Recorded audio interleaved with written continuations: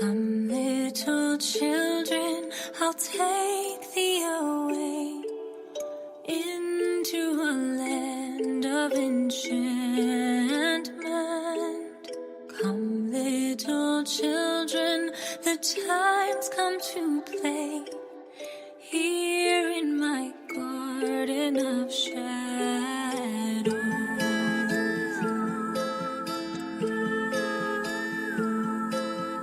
Follow, sweet children, I'll show thee the way. Good morning, good evening, wherever you may be. You're listening to the Paranormal Podcast. The Paranormal Juggalo. No, Juggalo. Really? Where'd that come from?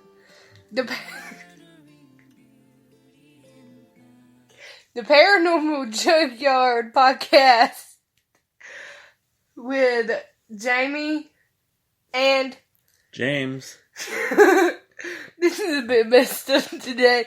It is Sunday, November the 17th. And we are going to be talking about the Mothman. So how many of y'all do believe in the Mothman? How many of you do believe in the Mothman? Because of the legends and stuff about the bridge and stuff like that. Do you believe in the Mothman? I do. I even went to the Mothman Festival. So I guess we've got some audio clips that we're going to listen to, and maybe a couple of articles, or just audio clips. We got a couple audio clips, and then we're going to talk about it after each audio clip. My stuff ain't together because we're only talking about Mothman half of the way of the 45 minutes, and then the other part we're going to be, how do I get to it? We're going to have a special guest, Alison Renee, on the show later on. Watch later. Sorry, I'm kind of struggling here. And she's a psychic medium. Mm-hmm. So... Start with this one. Make sure. Oh God. Too low. No, it's a commercial. Oh, commercial. Yeah, that daggum thing is loud. I thought you signed up for YouTube Premium. No, I haven't done that. I signed up for their Ancestry.com. I didn't sign up for the YouTube Premium. Oh, wow. I know, and my phone's taking forever to load to be able to play this article here. But it should be loading here shortly. Here we go. Point Pleasant, West Virginia. Oh, lagging. Point Pleasant, West Virginia. April 1967. Linda Sigmund and her boyfriend head out for a quiet nighttime drive. Far beyond the city lights, they pull over to do some amateur stargazing. After a few minutes, they realize they're not alone. We got out and we sat on the car, and we're sitting there talking for a little bit, and I noticed a bright star over to my right. And all of a sudden it started to get bigger, and it turned bright red, and it started to glow, and like it burst through the clouds, and it came right over in front of the car, and we looked up, and the object was so big that we couldn't see the night sky or the stars or anything. And my boyfriend tried to start the car and it wouldn't start. Finally got the car started and we started to pull forward, and I saw him. And he appeared to be a large flying man with wings. It was the creature that I perceived to be Mothman. His wings were back and he was anywhere between 8 and 9 feet tall. And as we were going around the turn, the Mothman flew into the trees. I don't know what else it could have been. The Mothman? A large, red-eyed, human-sized creature that flies? But if such a creature exists, where could it have come from? Mothman is one of the most enigmatic creatures in the annals of the unexplained. and first gained public notoriety in November of 1966. And within a matter of days and weeks, there were dozens or perhaps hundreds of sightings of this creature around the Point Pleasant area, causing a mass hysteria situation. Skeptics have attributed the Mothman sightings to a misidentification of giant owls or even a crane that is local to the area. There's all kinds of other explanations that have been given, but when you interview the people that actually saw and experienced this, they're not talking about anything that is conventionally known. West Virginia people are outdoorsy people. They know all the animals in the woods. Most are avid outdoorsmen, hunters, fishermen. They know the difference between an owl and a Mothman type creature. We have to consider that the Mothman's behavior, which involved chasing cars at over 100 miles an hour, taking straight up off the ground like a helicopter, none of those would indicate any type of flesh and blood animal. Chasing cars at over 100 miles an hour. If true, then this thing is no owl. At least not a normal one. What do you think? Are creatures like the chupacabra, goatman, and the mothman real? Or are they figments of overactive imaginations? Perhaps mankind is so good at creating its own demons that they become real. And we say we want to find them, capture them, and study them. But perhaps all we really should do is leave them alone.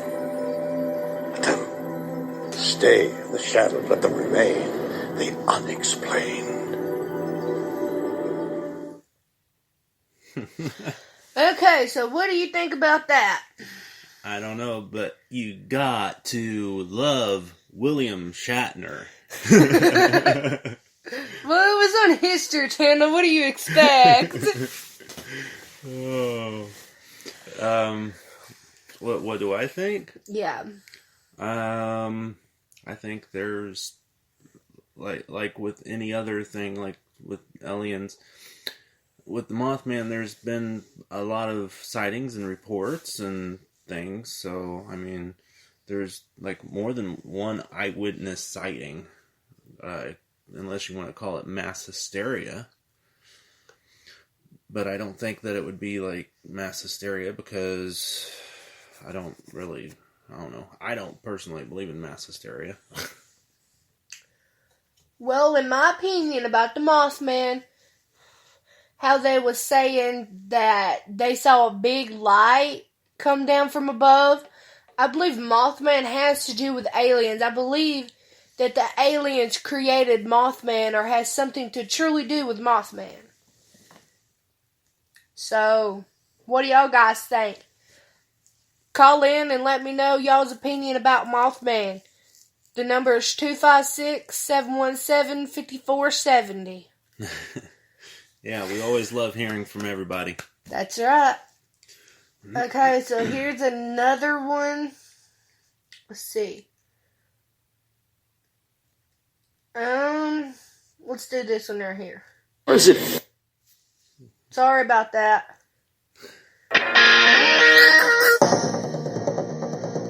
Hey guys, Bill here. You know, there's a lot of different types of animals in this world.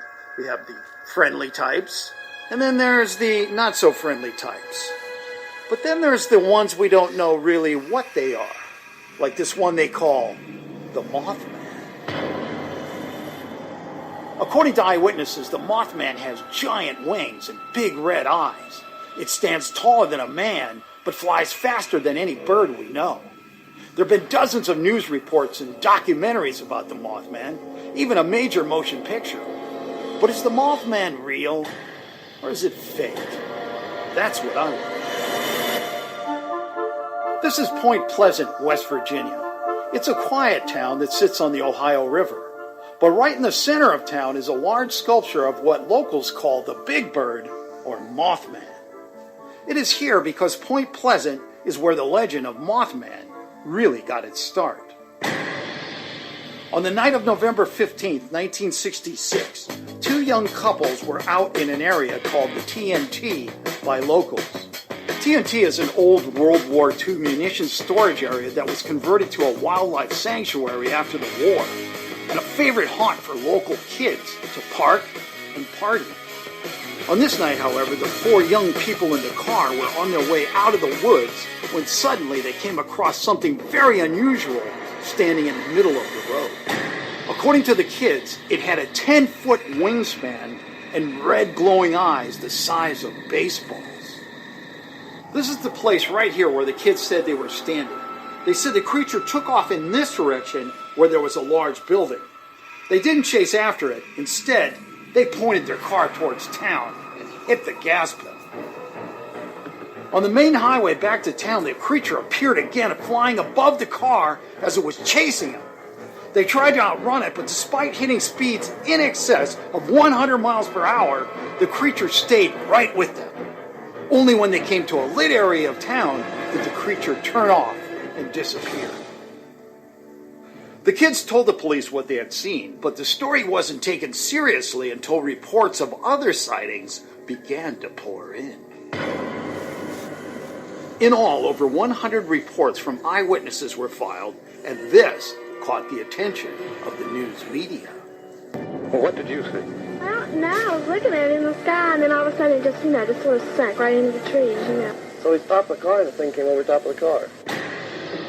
Now, I have to point out that nobody was ever actually harmed by the Mothman, but many people believe that's because the Mothman was not so much a monster as it was a prophet of doom. Sheriff, you're not going to believe this. The whole bridge just collapsed. Yeah, the bridge has collapsed. About a week after someone reported seeing Mothman on Point Pleasant's main bridge, the whole structure collapsed into the Ohio River, killing 46 people. That's why so many people believe that the Mothman is more like the Grim Reaper, a creature that is there to warn you that bad things are about to happen. Now, the odd thing about this, and something that gives credence to this point of view of Mothman, is the fact that once the bridge collapsed, so did the sightings of Mothman. And that gets me back to my original question. Is it a real creature, or isn't it? Yeah, I believe that there was something going on up there in the TNT area, that people were actually seeing something. Too many people seeing it, too many people describing the same thing. Jeff Wamsley, who wrote a book about Mothman, seems to think there's something to this story. But author and professor of anthropology Jeffrey McKee is very skeptical. But the chances of something like this being real are incredibly slim. We've had biologists scouring the earth for centuries, and no one has seen something like this Mothman.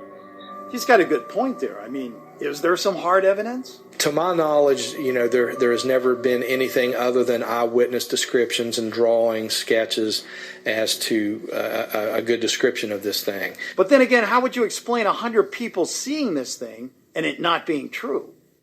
Well, you have more than 100 people who claim to have seen Bigfoot, and no one's ever found any definitive evidence. No one's ever found any real footprints. No one's ever found any DNA. No one's found anything. We have evolved for millions of years to be able to try and take the world as we see it and make sense of it.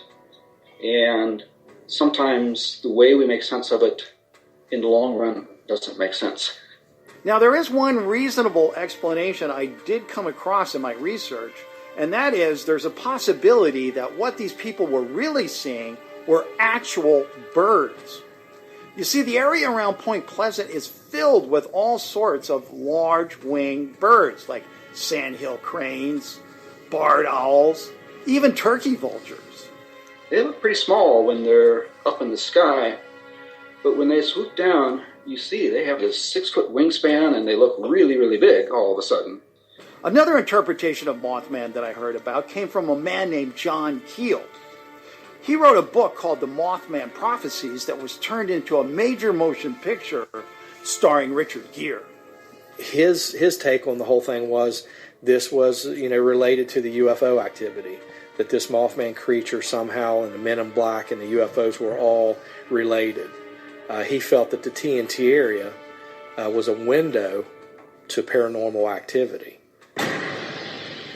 An alien from outer space. Well, that would be really cool.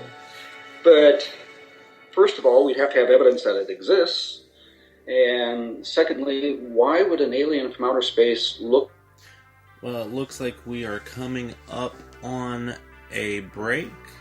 So you're listening to the Paranormal Junkyard podcast with James and... Jamie, of course. If you want to give us a call, you can at 256-717-5470. And we'll be right back.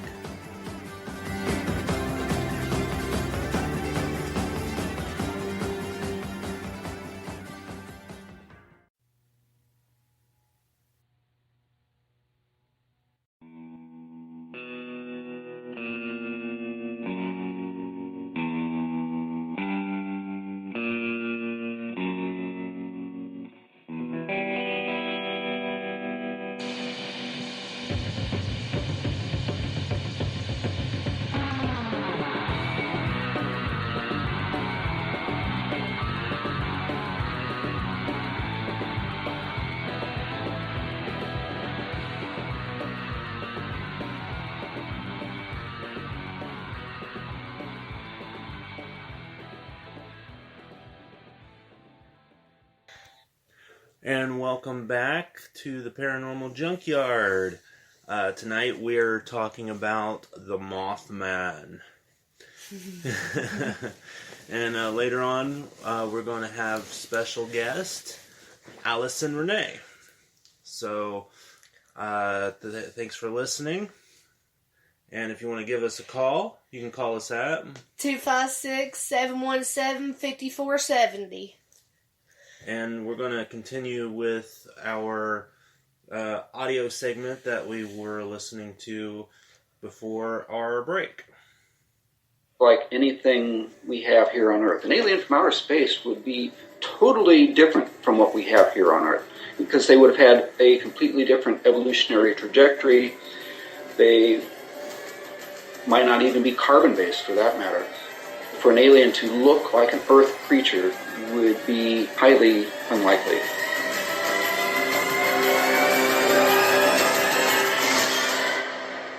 Now, I know I'm just touching on the tip of the iceberg of this story, and I want to apologize to the experts who know so much more than I do.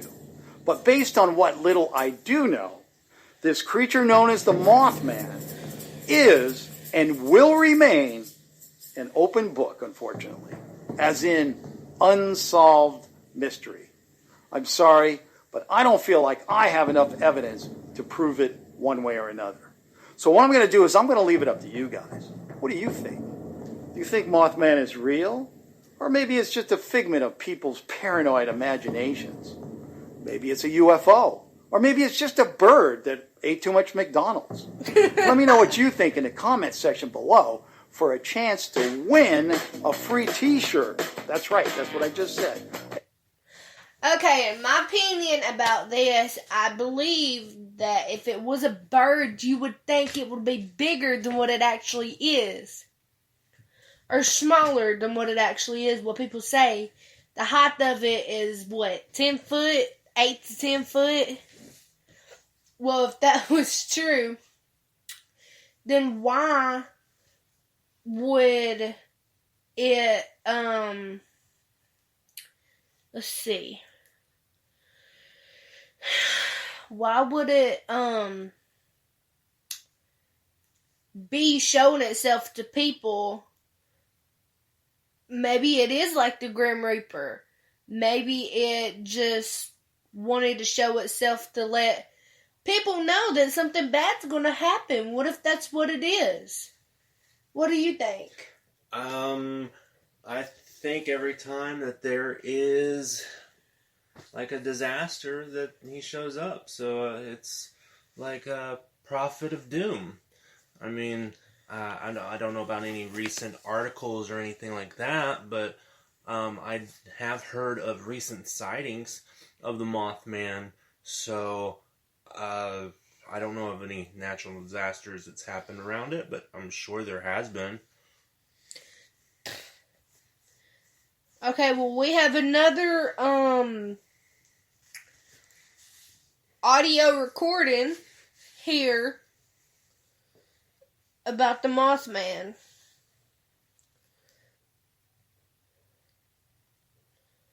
Her mother went to that opening, and it was supposed to be very...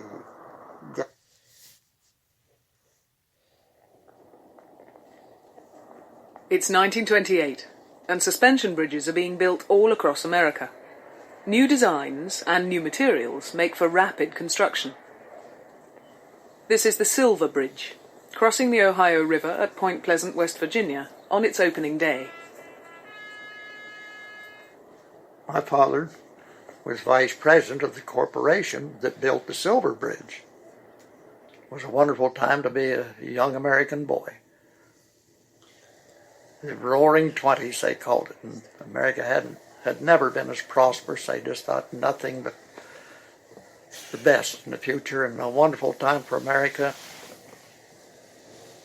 The St. Mary's Citizens Band marched at the opening of the Silver Bridge. And my father and mother went to that opening, and it was supposed to be a very gala event, but unfortunately right in the middle of the parade they had some rain, and everybody was running and trying to get out of the rain. That dampened the fervor of the thing and the historic impact of it. Shortly after work commenced on the Silver Bridge, another bridge, almost identical in design, was constructed at St. Mary's, about 70 miles upstream from Point Pleasant. The bridge was formerly named the High Carpenter Bridge. Was really ready for a big thing to happen at St. Mary's, and people were just rousing to welcome this new thing called a bridge crossing the River St. Mary's. In a suspension bridge, the uppermost supporting chains, strung from tower to tower, are members in tension, and they exert a downwards force on the towers. The deck is supported from the cabling system using a series of vertical hangers, and these hangers are also in tension. The bridge should be designed so that the degradation of any one tension element of the structure doesn't immediately lead to collapse. Nowadays, suspension bridges use cables spun from many individual wires, but in fact the suspension chains in the High Carpenter and Silver bridges were formed out of long lengths of steel, with holes drilled out at either end.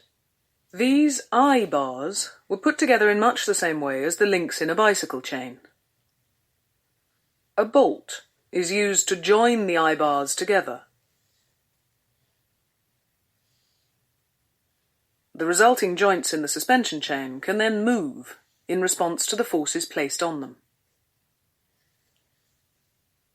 The bridges were both painted with an aluminum color and described as a beautiful silver color, although the St. Mary's Bridge never lost the name, the High Carpenter Bridge. It always had that, never alluding to the paint at all.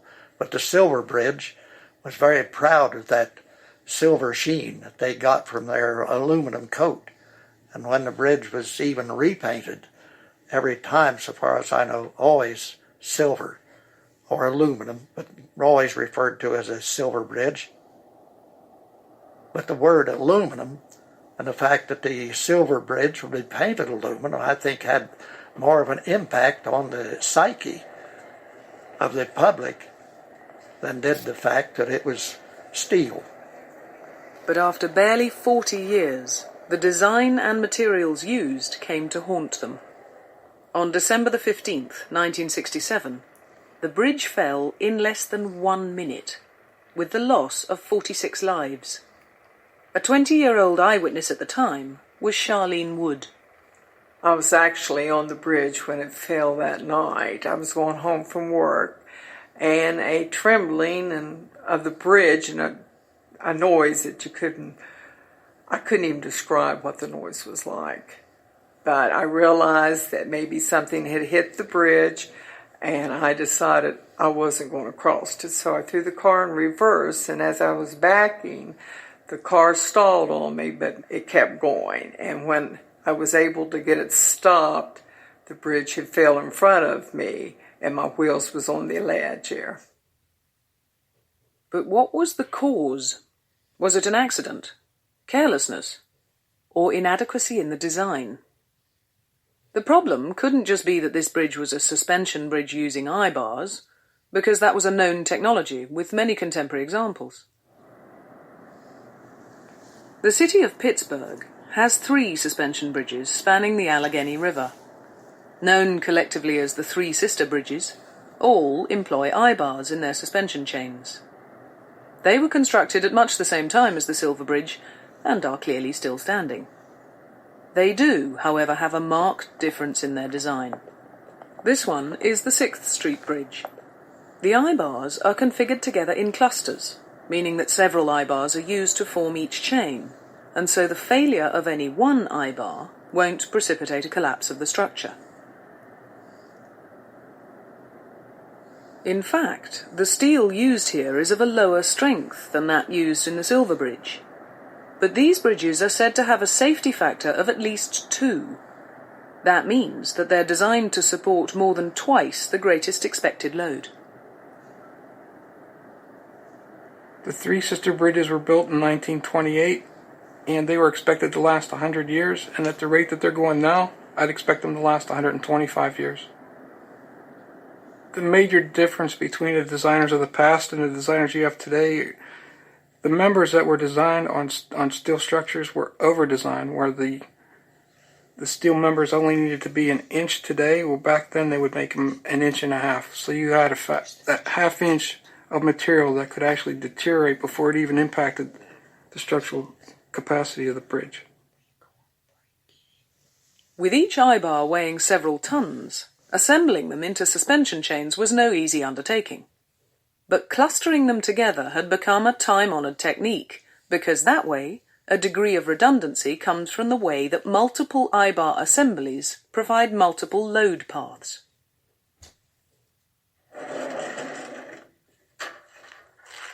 Photographs from the time of construction, along with the engineering plans, are still preserved in the local county archive. This is a plan view of the 6th Street Bridge. It's approximately 995 feet long and 77 feet high.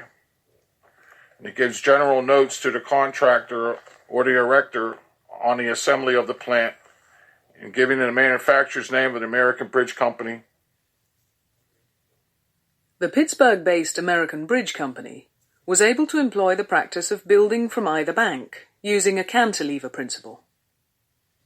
It was necessary to stabilize the I-bars in each arm with additional diagonal braces until, that is, the 2 arms met and the whole structure became independently stable. Each I-bar cluster was, of course, clearly specified in the engineering plans. This sheet here shows you the assembly of the I-bar and the number of bars that are in the assembly which the pin goes through. The pinning, or threading, was itself a difficult undertaking because of the tight tolerance between the pin and the I-bar holes. The material used was standard annealed mild steel, which is susceptible to corrosion, like many steels. Also, each I-bar contained high levels of tensile residual stress from the manufacturing process, and that residual stress could be significant at the points where the eye holes were drilled out. A combination of tensile stress, a material like mild steel, and the corrosive environment of a bridge exposed to the elements and industrial pollution can lead to stress corrosion cracking. So incorporating more material, in the form of multiple I-bars, makes the overall design of the bridge safer against factors such as these. The construction engineers in Pittsburgh knew what they were doing, and could rely on their own tried and tested expertise. At this time, the American Bridge Company also went on to construct both the Silver and High Carpenter bridges. However, those bridges were engineered by a different designer, who embraced a new high-strength, high-carbon, heat-treated steel, which, presumably, he thought meant that you could build a less substantial structure. Undoubtedly, he expected lower live loading than in Pittsburgh. But each bridge was a much longer span, and so the loads at the tops of the chains in the towers would have been greater than in the bridges in Pittsburgh. The towers themselves were less substantial structures as well. Yet the designer felt sufficiently confident in the new material to proceed. The new design did have a safety factor of 1.5 when they were built, but that didn't account for the increasing weight and amount of traffic that each bridge would carry, as cars and lorries were to become heavier and more prevalent with time. Jack Fowler, a resident of Point Pleasant at the time of the disaster, now runs the local museum. The new bridge, of course, it was owned by local people, and they publicized and promoted it as a very high-strength material bridge. So the residents had no reason not to doubt that it was not going to be a nice, strong bridge, similar, though thinner in design, not the big, chunky bridge that existed in some of the other areas, but they had complete confidence in it. And this nice, silver, shiny bridge that we had here, people loved it. And throughout the 39 years of existence, people had pride in the Silver Bridge. Following the Silver Bridge collapse, it was imperative to identify the cause precisely, and identify the safety-critical parts of the structure. The big problem facing the investigators was that 90% of the bridge was submerged in fast-flowing river. The next day, people came from every place, the state, the federal government, Ohio, West Virginia. They had crews in here, the National Guard, and they were out trying to drag and recover bodies, and they were bringing in the Corps of Engineer derricks, boats to start removing the steel. Well, after they recovered bodies, they wanted to reconstruct the bridge, and as they pulled pieces out, they numbered them, marked them, and then they took them and laid them all out in a field to try to find the culprit. What happened? Where was the failure? When they recovered the 330 I-bar, when they found the two pieces, that's when they started realizing that one of those must have fractured and separated or blew apart and caused the failure. So they focused on that. And I think from the investigation, that appears to be what happened. That's the analysis that we received about the failure. And that's the one we promote and talk about here at the museum. Most of the material that was recovered from the scene is long gone, but the museum did save at least a sample of an I-bar assembly, albeit one that has been cleaned and painted to look like new. This is a typical I-bar joint from the Silver Bridge, which was rescued after the disaster. It comprises a central pin over which the I-bars would have been pivoted. And the whole assembly is encapsulated by the very solid end caps, which themselves are attached by 1-inch bolts through the centre of the pin. There's some interesting evidence of pitting corrosion on the bearing surfaces. This would be the bearing surface of the pin over which the I-bars would rotate, and there is considerable pitting under the track of one of the outer I-bars, and also underneath the cap, even deeper corrosion pitting caused during its lifetime on the bridge itself. So, and it looks like we're up for a break. You've been listening to The Paranormal Junkyard with James and... of course, the beautiful Queen Jamie, LOL. If you want to give us a call, you can do that at 256-717-5470. And we'll be right back. Something strange in your neighborhood. Who you gonna call? Ghostbusters! If there's something weird and it don't look good.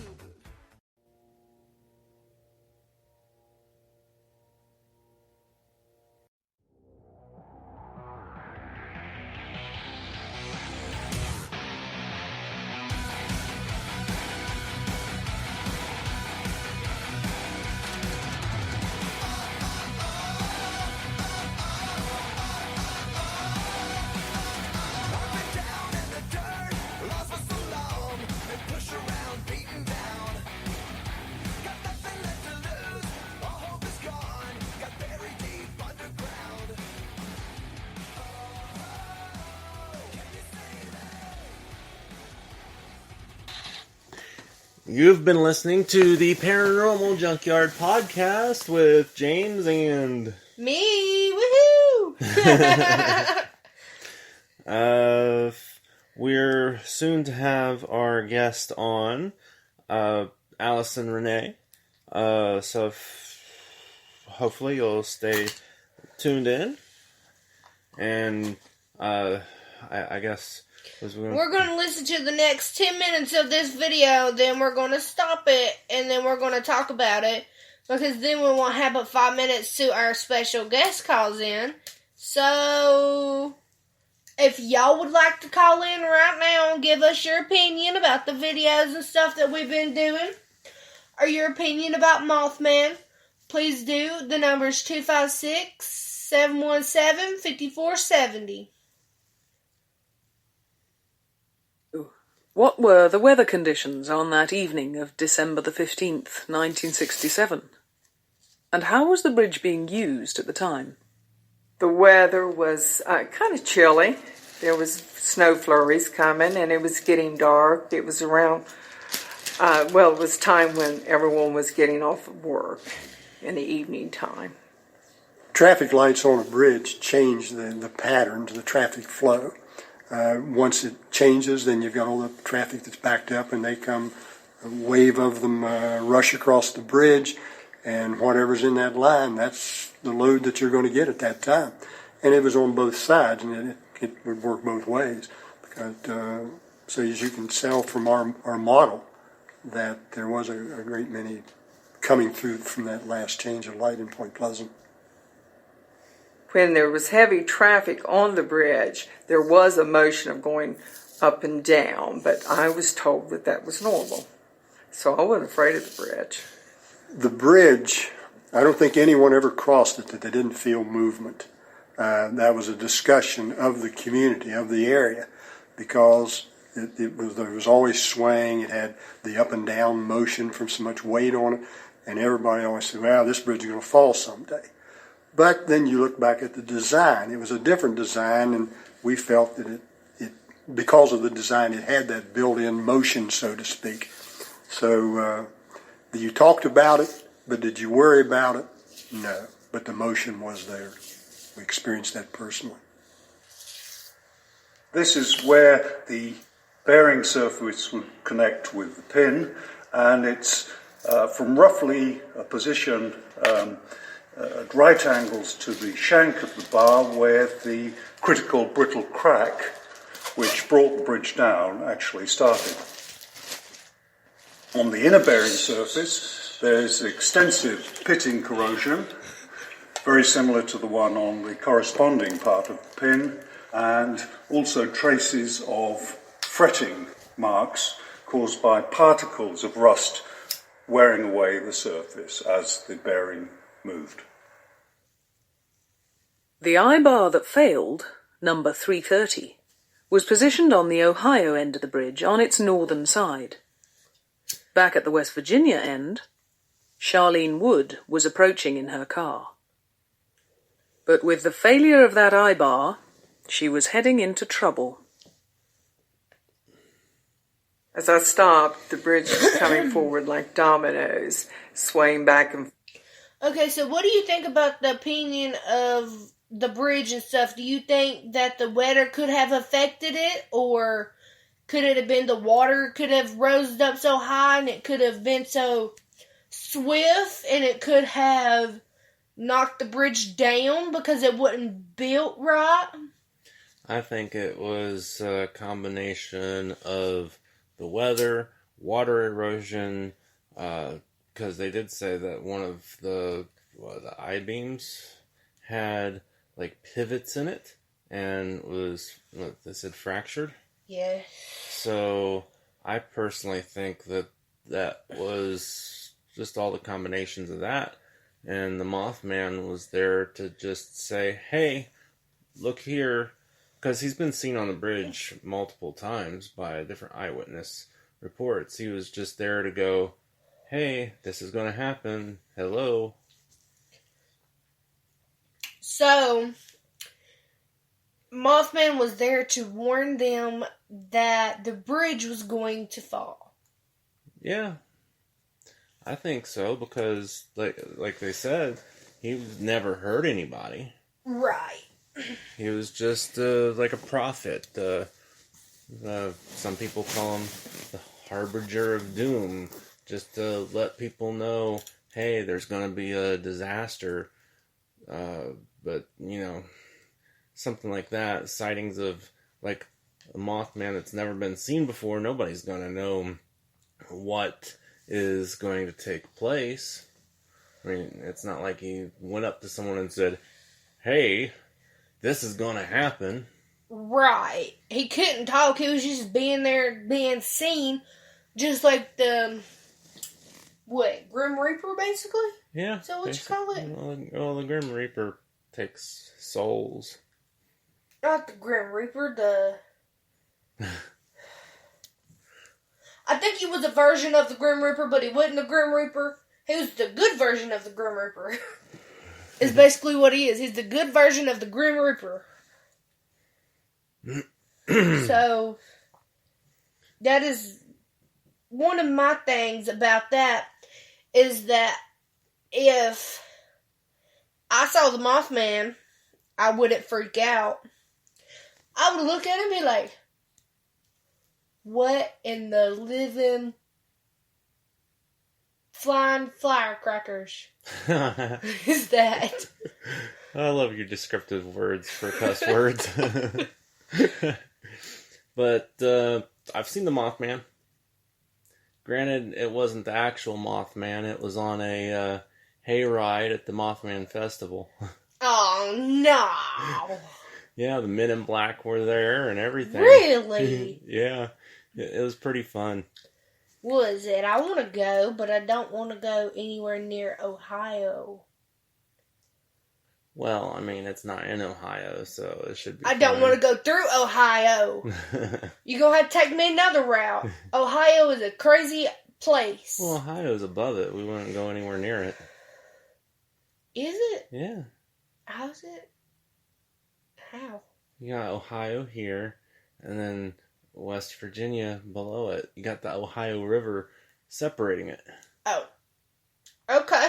Just have to make sure not to go. But we didn't go over the... No, that's on the opposite side. Yeah, opposite side. Well then, okay. But, yeah. Oh. But yeah, speaking of the Mothman Festival, I would recommend anyone going to it, because they've got vendors there, and they sell things. I even had a painting that I bought that has the Mothman on it by one of the local artists that sell stuff. We might even think about being a vendor there, of promoting our podcast and selling our merchandise and stuff. That would be awesome. Maybe we can meet people and say, hey, this is what we do, because we've got like paranormal investigations that we do also. Yes. So we also have some recordings of our EVPs that we have taken. Would y'all guys like to hear that? To our caller calls in. Let's see if I can find it here. Hold on here. I'm trying. See, I'm going to click the first one here. It's going to take me to the webpage. Yeah, we caught this, what was it, the first one, during a spirit box session, but it actually breaks in between the radio signals, so it wasn't even part of the radio signal. It actually was a voice that came on in between, wasn't even part of the radio. Okay, you guys, here it is.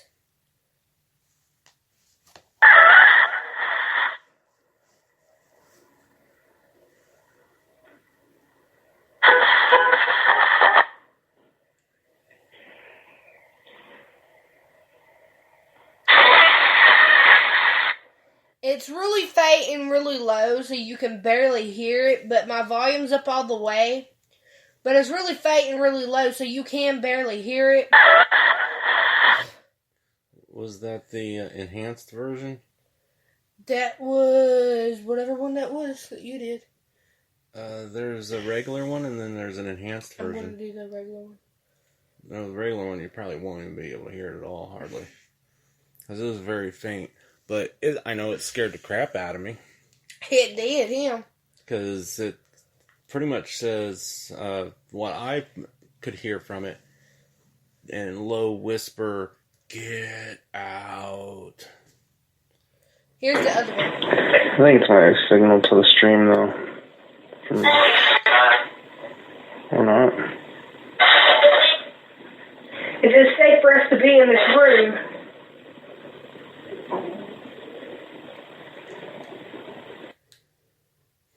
I think it's my signal to the stream, though. Or not. Is it safe for us to be in this room? It says no. Well, looks like we got a caller. Hello, and you are live on the air. Hi. Hi. How are you? I'm good. How are you? Good. How's it going? Doing good. I'd like to Great. I'd like to introduce you. Your name, what? Alison Renee? Yes, I'm Alison. And this is Jamie and James, right? Yes. Hi. Hello. Okay, so tell us about some of your past experiences that you have had.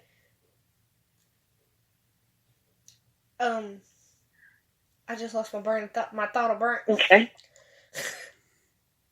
Yeah.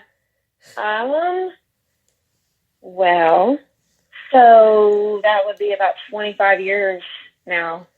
It's about 10 when I had my first one. My aunt had just passed away, and she actually tapped on my shoulder, and I thought it was my grandmother because she was over, and I was in my room by myself. I thought she had come in to comfort me, and I turned around. You know, I was upset. I was crying. I turned around.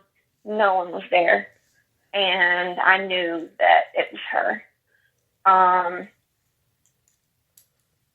And there are so many.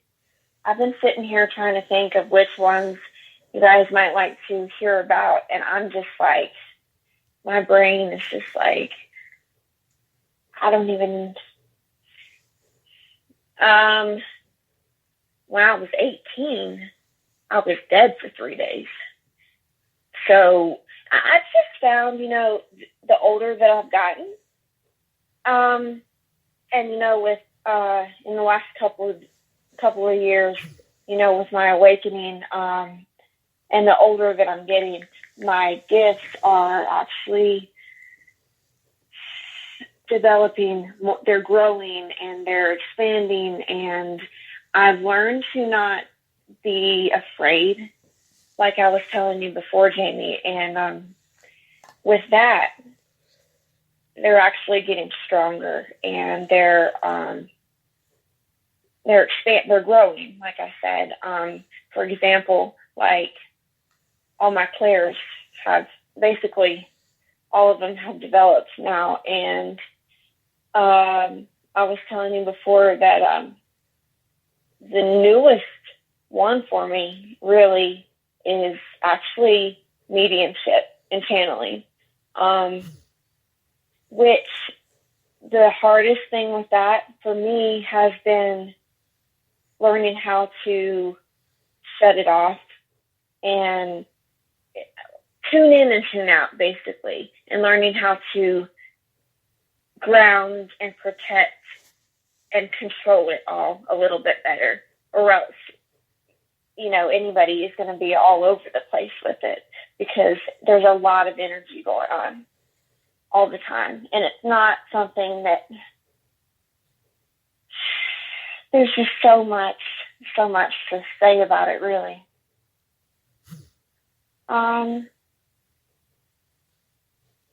Had a lot of experiences. I think the Mothman stuff is super interesting. I was listening to that.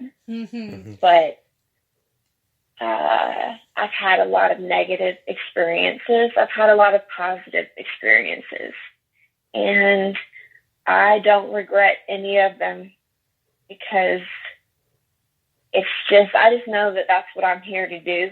And I just try to help anybody that I can. It's not always fun, and it's very, I think you can relate. It's draining. It can be super draining, but in the end, I think it's all worth it, especially when we can transmute negative energy into positive. Make the world, a better place a little bit at a time, or a better person at a time. I think it all matters, and we're doing what we're supposed to be doing. So that's what matters. That's what makes me happy. Yeah.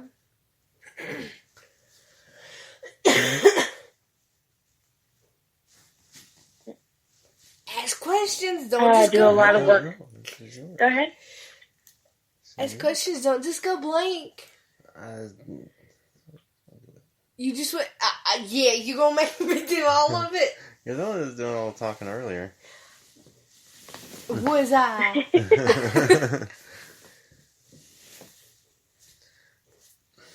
Who, me and Jamie? What? What now? We was over here talking. I was told him to ask you some questions and stuff he might have. And he's like, you was doing all the talking earlier. Now it's your go, because I did all the talking earlier. Yeah, but it wasn't on the radio. Uh-huh. It was too. Don't tell me it wasn't. I tried to start the intro and the messed up. I called it the Juggalo Junkyard instead of the Paranormal Junkyard. But, let's see. Do you mind telling us... It's really... Go ahead. Do you mind telling us about the most negative one that you've had so far? Yeah, just let me think for a second. I know I don't mind. Because it all goes together and it all makes everything what it is. It doesn't bother me. It's all very intense, though, I will say that. And I do keep my crystals around. I use crystal healing, and I burn a lot of sage and Palo Santo, and whatnot. And I do have my sisters I talk to about this stuff. So, with that being said, I do a lot of readings.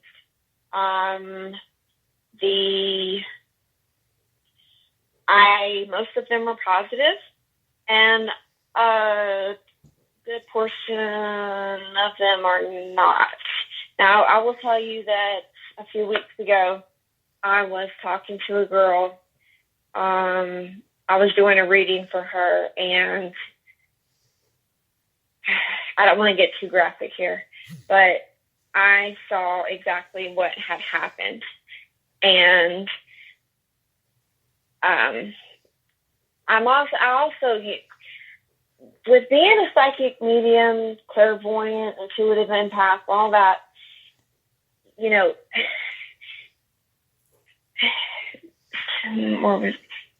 my spirits, when he's talking to me, when it all gets kind of overwhelming sometimes. So what I was trying to say,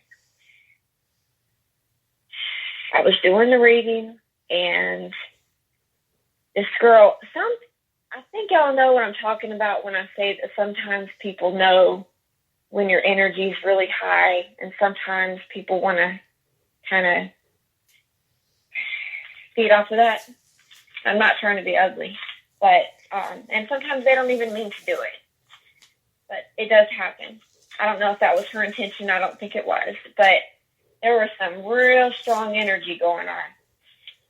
And I saw what happened, like I said, and we were talking back and forth.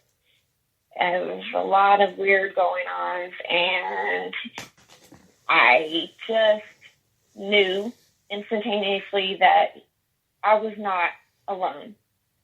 There was someone here in the room with me, and I knew who it was. It was her late husband, and I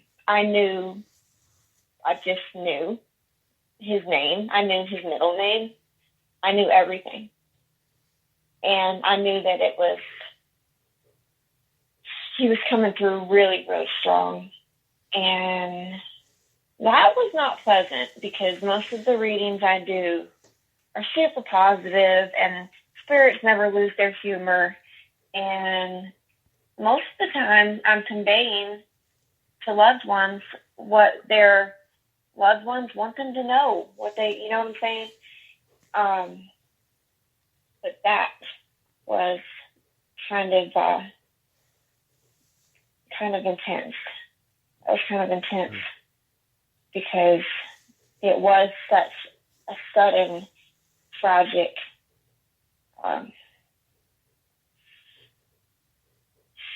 death, and I wasn't expecting that. But that's just a reading. That's not. Everybody that I've ever been close to or known has come back to see me after they passed away, whether we were on good terms or not. I mean, even people. I try to be careful of what I say. I've had a certain person blow down my neck at 3 a.m. I've had my feet pulled on at 3 a.m. I've had lights flicker on and off. I just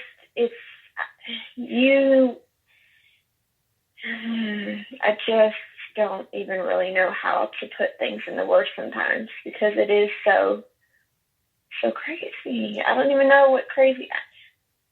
I always say, what is normal? What's normal anyway? But it's okay. It's okay. So earlier you said that there was like feeding off of like someone's energy. Mm-hmm. Okay. I've heard that termed as like a psychic vampire, where they feed off the energy. Yes. Energy vampire. Yes. What kind of toll would that take on someone's mind or body, do you think? On our body? Yeah. A lot. Because some people know what they're doing, and they're doing it because they don't know how to deal with their own issues and because they're going through pain. And other people don't know what they're doing. They're subconsciously doing it. There's several different kinds of them, but they're all very dangerous to super sensitive people. And so we really kind of have to be careful. And if you don't know what you're doing and you're out here on social media talking to all kinds of different people, there are people that look for light workers. And I don't like to use that term very loosely, but people that are good, that are trying to help others, and you know what I'm saying? There are people that look for people like that, and they want to use your energy to do certain things. You know what I'm saying? And it's really it's not cool, and it is. You just got to be cautious. And I had to learn that the hard way. And I felt bad. I had to cut a few people, out of my life, cut them off. It's just, you got to be careful. But all in all, everything's good. And I just try to help whoever I can. I don't think it's right to charge for stuff like that. If you're truly gifted, you're really not supposed to charge for what you do. And that's where I stand on that. So. Okay, I have a question. This is for my hubby. He wants to know if you would do him a free reading. Mm-hmm. For a loved one. I didn't catch the last part you said. I said for a loved one that has passed away. Okay. So usually I use pictures. Like I told you before, that really helps. I connect a lot for pictures and music. But we can try it this way. I mean, I have talked to people before like this, and Power off. No, why did it die? I don't know. My phone better not die. Try turning us back on. Power on. Sorry about that. Sorry, we're kind of having struggles here. Bluetooth connected. That's weird. Whoa. There we go. Sorry about that. We're here. Weird. Nothing's weird. Oh, wow. Yeah. Power off, power on.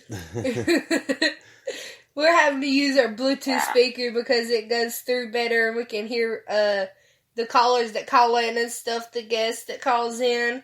It helps us hear them better. It makes it more louder than it is on the regular phone. Yeah, we've been having difficulties with it. Yeah. I feel like my throat chakra is a little blocked. I never do anything live, so I'm super nervous, and I don't know if I answered any of your questions, but there's so much to talk about, and this stuff gets so complicated that it's like, where do I even start? So I'm sorry if I'm like all over the place, but I'm doing my best. Yeah. Oh, you're doing wonderful. Yeah. Baby. Oh. I'm trying to find the picture. You're trying to find her picture. Okay. Oh, cool. Yeah, he's trying to make it easier for you. Okay. But, screenshot it and send it.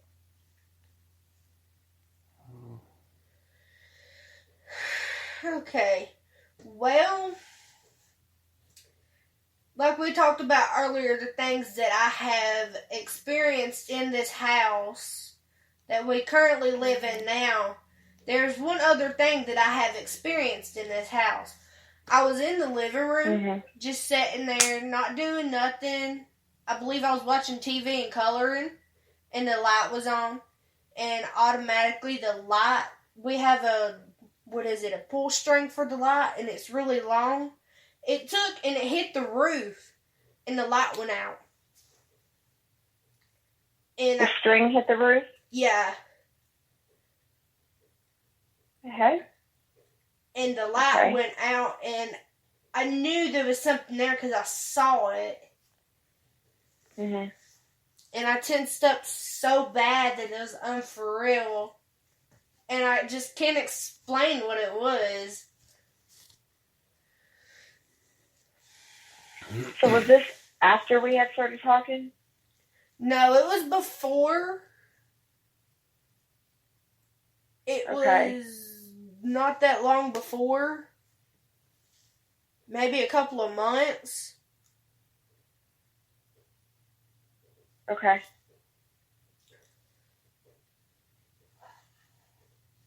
Yeah. Like I said, I feel like the energy is a little mischievous, and I think it's the house. I always try to be so careful with what I say. I think it's the house. I don't think it's you. I think it has a lot to do with the house that was there before. That's how I feel about it. Well, the house before this trailer was put here, my grandparents built it, and it ended up burning down. But before that, there was another house there, and there was an old lady and an old man that lived in it. And they said that every morning they would wake up, they would smell bacon, and my biological mom had told me that stuff has been moved in her room, and the reason for that fire, no one could explain the reason for that fire, so they blamed it on the electrical blanket, but the electrical blanket was not plugged up. I asked you about your bedroom earlier. I felt like that it was either the kitchen or the bedroom.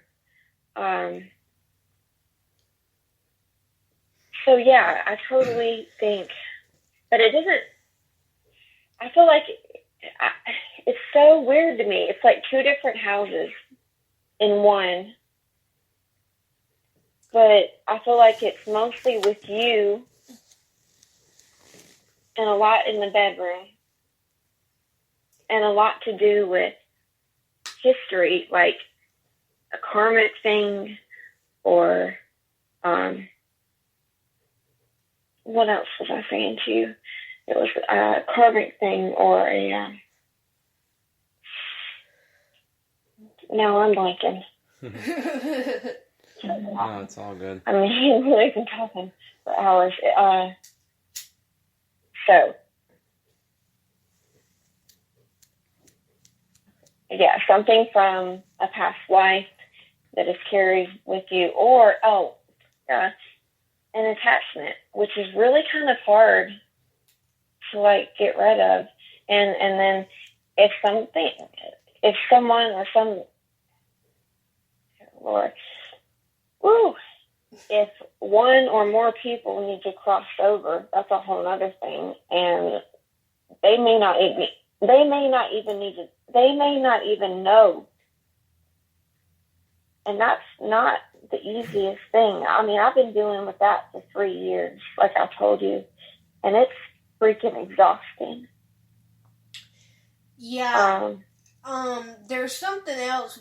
It's been like a couple of weeks since when it first started raining. I seen an Indian standing at my grandmother's truck. It was just a spirit of the Indian, and it was drenched in water and blood. You saw this? Yes, I seen him. That brings me back to what, I didn't say it, but I feel like maybe it's the land. But then we were talking about the houses, so I didn't want to go that far. But if it's the land, there's nothing you can do about it. I mean, as far as I know, because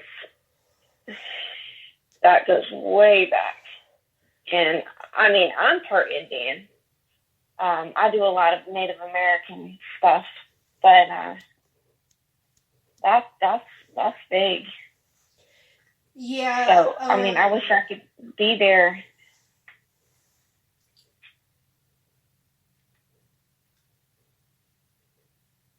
I think we both stopped at the same time. Well, I said I think we both stopped at the same time talking.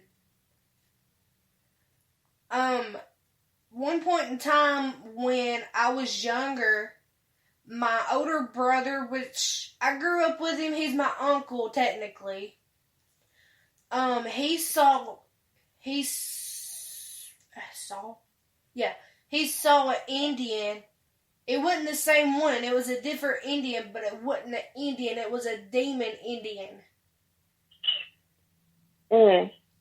Yeah. It was in his very same bedroom that we are sitting in.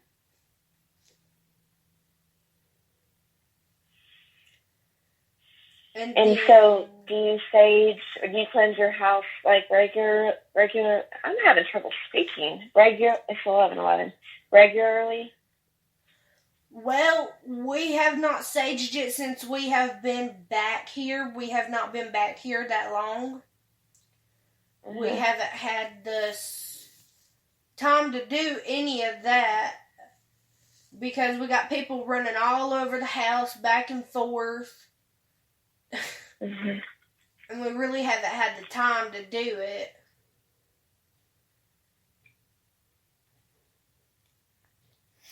I think that's super important. I know it's a lot of work. It really is. But the next, especially during the next full moon, I think you should definitely do some little things. If you have crystals, clear them and clear your house. Every week if you can. That's what I suggest. But it sounds like there's a lot more than that going on. They are. I know they are. I've seen several different things. I was sitting here one night. My husband went to go get in the shower, and he was in the shower, and I was just sitting here on the bed, and I was on my phone, and the lights was out and stuff, and I was just on the phone playing, and there was 5 shadows run across, and there was one that looked like a goat man, and I don't want to say his name, but he looked like half goat, half man. So, but back when I was younger, I used to play with the Ouija boards when I was younger. I was young, dumb, and stupid back then. I used to not believe in that stuff until I figured out that it was real when I had my one experience with it. And that's when I was at my aunt's house. And I was in my cousin's bedroom, and there was knives sitting on the dresser because he collected knives. And they was open because I was messing with them and stuff. And I walked and sat on his bed, and the knives took, and they flew and almost hit me in the head. Oh, wow. Yeah.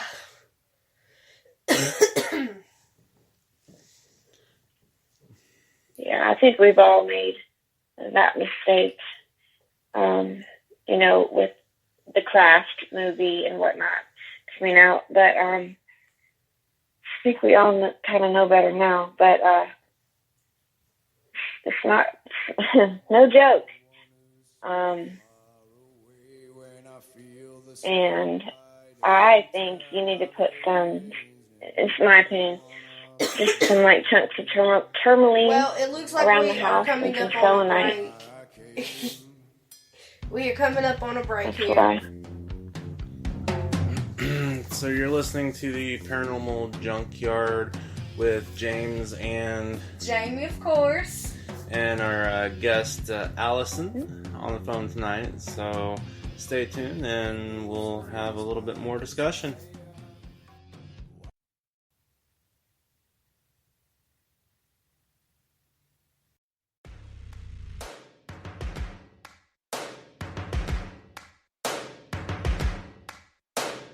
First things first, I'ma say all the words inside my head. I'm fired up and tired of the way that things have been. Oh, ooh, the way that things have been. Oh,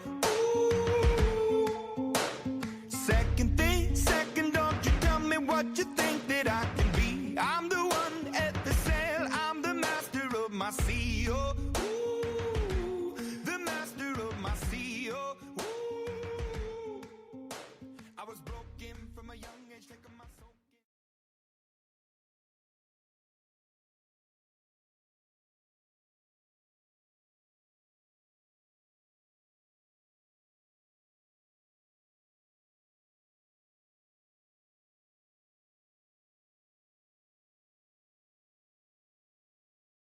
Mic buttons on.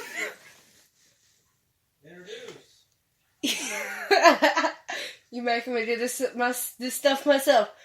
You are listening to the Paranormal Junkyard with Jamie and James and our guest.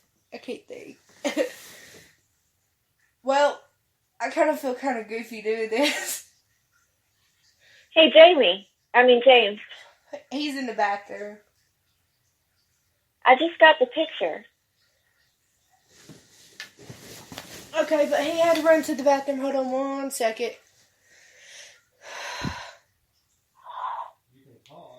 I don't know what to say. Really? I'm a nervous bubble. I lost my track of thought because I ain't got my other mind in here. It happens. It happens. It does. Mhm. But yeah. Hurry up. I can't believe I just got this picture.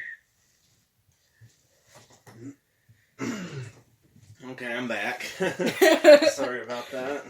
Okay. Does she have a stroke? Not that I know of. But it's a possibility. She was in the hospital for quite a while. I'm sorry for your loss. I just got the picture. Okay. I feel like she was about 82. Was her name Jeannie? Or? No, she had a weird name. It was Vayoma. Naoma? Yeah, Vayoma with a V. Vayoma.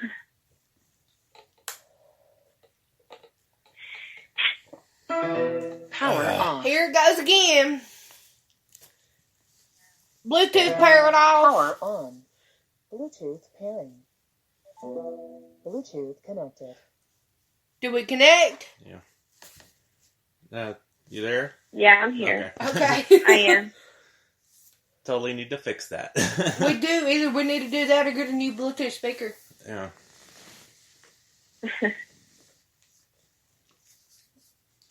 I'm sorry I didn't get this picture before. No, it's okay. Sometimes I didn't know technology. you had fun too. Sometimes technology fails us. You know what? I'm going to actually.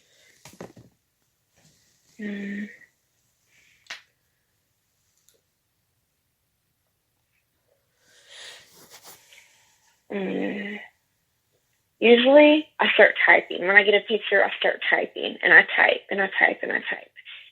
And usually, I'm 99% correct in most of what I say. And never done this live, so I'm a little nervous. But my goodness, it's just I feel like she has a lot of energy. I don't know quite how to feel because we're doing this over the radio or whatnot. But I like that you sent me her picture, and I want to keep working on this. I almost feel like she had a summer birthday. Either that or Scorpio. I think she was born in March. Okay. Okay, then it's Pisces.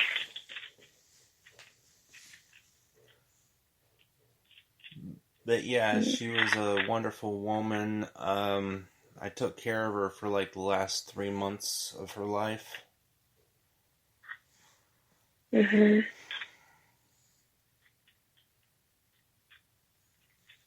It's very nice. I was very close with both of my grandmothers also.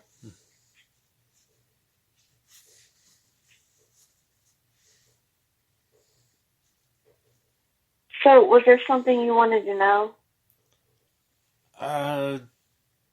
Just mostly if she's with her husband, or I know a lot of my past within the last two and a half years have been pretty bad, and I just didn't know if how she thought about it, or because for about 8 months I was on heavy drugs. About a year and a half ago I got off, and I've been clean ever since, but it's been a struggle, and I just know that she always wanted the best for me. Everyone always called me her golden child, even though I was her grandson.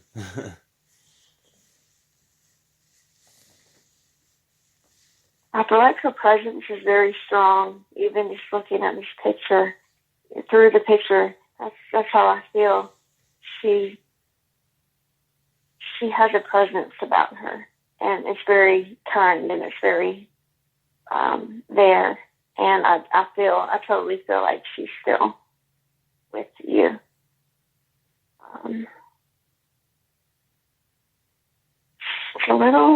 It's very strong. I don't know how else to put it.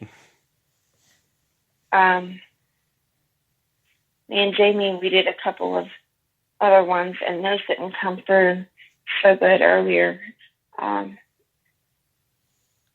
Usually I just do them. I type everything out, and it's not usually a lot. I don't know. I'm kind of at a loss for words. She really loves you. She's still around. Yeah, it was hard during the last few weeks because she had dementia and stuff with and her cancer, and it was very hard to take care of her, and I was getting frustrated. She was getting frustrated because she wasn't able to do the things that she normally would do, because she'd do housework and be out in the yard with her flowers, and towards the end she was mostly in the bed. She couldn't get out, and it was just really hard towards the end. Yeah.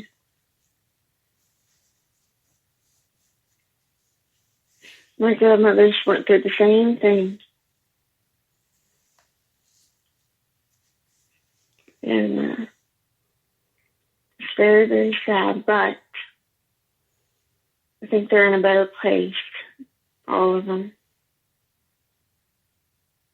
And I can't quit looking at her picture, honestly. Yes, it's like she's still looking. Still watching.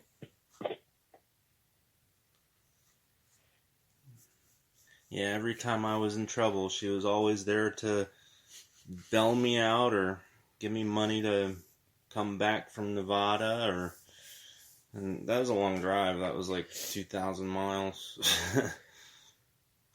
Mm-hmm.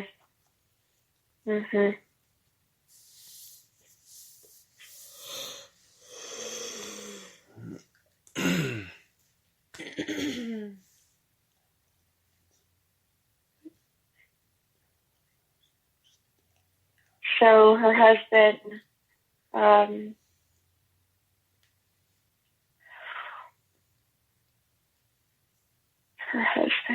your grandfather, passed away before she did? Yeah, she did. He did. Mm-hmm. I do feel like they're together.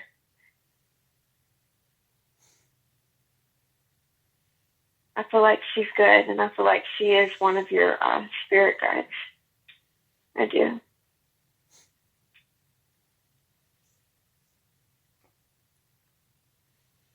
For sure. Tell me her name again.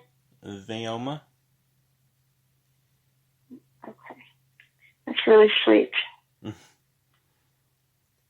Yeah, it's a name that you don't Veoma. hear. It's a name that you don't hear very often. Mm-mm. A lot of these grandmothers have had unusual names. The ones that I've come across. But they're all pretty. Mm-hmm.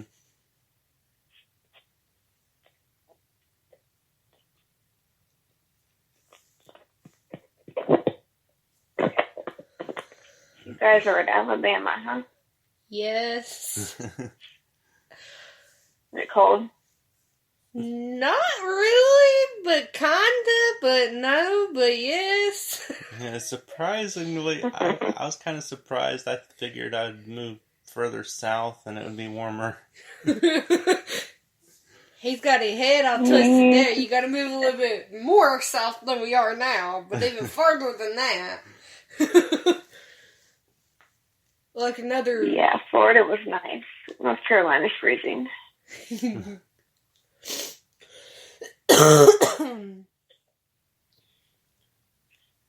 Well, thanks for having me tonight. We can do it again. I'm always here if you guys need anything. Oh, definitely. Seriously. It was wonderful talking to you. I wish I could do more. I feel like I haven't been much help. I've never gone live either, though. So just bear with me, but I'm always here. Right. It's you guys have my number now. It's totally different experience. Even now, we've done like 6 or 7 episodes of the podcast, and we're still not used to it. We get flustered and lose our train of thought. And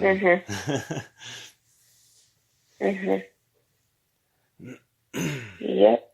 I've done readings. I have groups on Facebook and people that I talk to, people I don't even know, but the readings will go on all day long, and it's just, I live for it. I don't mind it.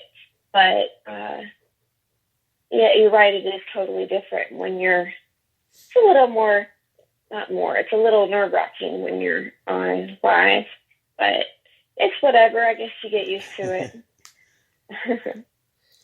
So, if anybody wants to reach you, do you have like an email address or maybe on your Instagram or anything like that? I do.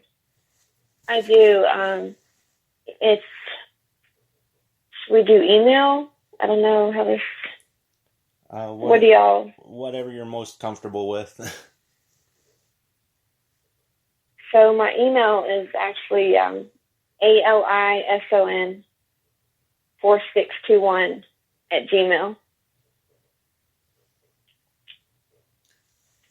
Awesome. So my Instagram is Alison. That's ALISON 4811.